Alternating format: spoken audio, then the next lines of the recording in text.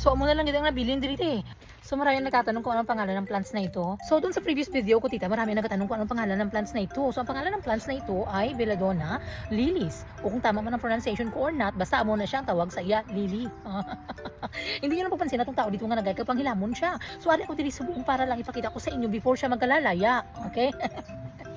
So, ang iba mga information, mahulog wala na siya karon. So, ang plants nga ini, very nice, very common, especially during March time. Nagabulak ini siya sa katapusan sang summer and then pasulod na sa autumn. Kay autumn na gani subong. Hindi na pagpansinan ang gagagida. So, according sa akong nga research, ang ini nga plants is Belladonna lilies. Nagatubo siya, tita. Di ba nadula nga akong nga, kopya. Hindi malay. So, according sa ako naging research, sure gini ka na sa Google ini siya, ang Belladonna lily, naked lily or March lily nga ginatawag, is a plant species native to Cape Town province of South Africa. It's wildly cultivated as ornamental. Guwapa man siya sa inyo nga paningin, pero po isuno sa bigatlan niya, tita, especially makita niyo ng iyang mga bulb. Aring iyang ginatanong-tanong sa dalom. Ang iya ko nga bulbs ni tita naga-contain sang alkaloids like licorine.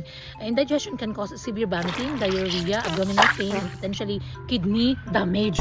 Hindi mo gid pagkanon. Kaya nga na sila nagsubo sa imo kaunon mo ni ibulak lang ini siya. Pang display lang ini.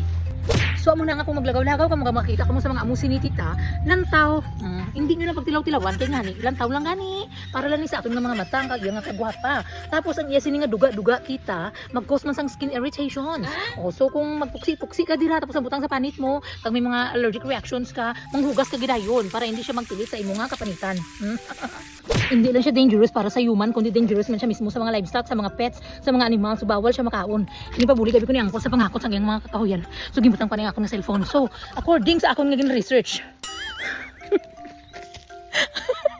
wapa siya. Wala siya sa mga dahon-dahon diri no. Ano tong nabasa ko kinaman basta amon diretso na siya. Pag mapatay ng iyang mga dahon-dahon, magwa ng iyang nga bulak. O wala ka na sa makita ng mga dahon dira. Laya na. At according man sa akong nga research. Sige lang ko research. Ako dirite. Nag-research ko. Pag napakita ko man sa inyo. Walang ba ako dito nagalagari. So gwapa ini siya tong mga nanggigad, yung mga adlaw kaso lang tigay busy ako. Nagubra ako nagkayod ako tapos nagkatukod dito kay Lula. Damo ko sa mga ubra ang hambal ko. Ipakita ko sa inyo samtang gwapa pa siya. Ako na lang ginang gwapa subong ang mga dahon, mga bulak sini laya na. So amo na lang gidang nabilin dito eh. Amo na lang ginang gwapa nga area sa sunod mga inadlaw, magkalalaya na ini siya kay magsige naman diri ka ulan sa amon. So nagabasa-basa na siya. So ang ara sa likod ko gin research ko man nga nagapang limpyo siya. Ginakargaya dito sa trailer nga hindi amon ginulam lang namon na. Ti, tuod nga po isuno siya kay pati kabaho.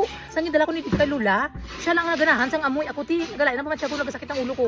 Isog siya nga hindi maintindihan. Okay lang sa pila ka minuto nga mabanimahuan mo siya nami. Pag sige-sige na nga sa sulod sa balay mo hindi pwede. Amo na nga wala ko nagabutang sa sulod sa balay ko diri lang kuya eh.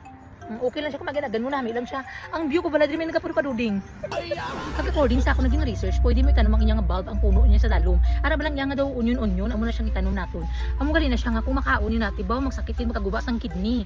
According na sa research, nakita niyo ning daw Bombay, amo na siyang ginatanong tita tapos maamo na ni siya dayon. Pag mapatay ng iyang dahon, amo na ni siyang iyang gwa, bulak na nga pati kagwapa. Nang isa sila ka daw nagabukay ba. So amo na siyang ara diri sa likod, makadto kita dito sa may atubang. Tara. Ay di ginasugat na ko siniha. So sa una ko nga video, ti amo nang gipakita ko sa inyo, okay pagyapon nang iyang gagawapa diri sa tubang. Kay pila man ini siya kabilog. Oh, damo ni sila. So subong medyo kupas nang ilang nga kagwapa. Pero tanaw ba daw? Oh, ano ba, di ba? So hindi na ako magpuksiti kay kumakato ko dito kay Lola. Ako ang nagapinitin siya sang baho. Hindi ko kaya siya na enjoy siya na lipa siya. Pero ako nga nagabisita sa iya, hindi ko kaya.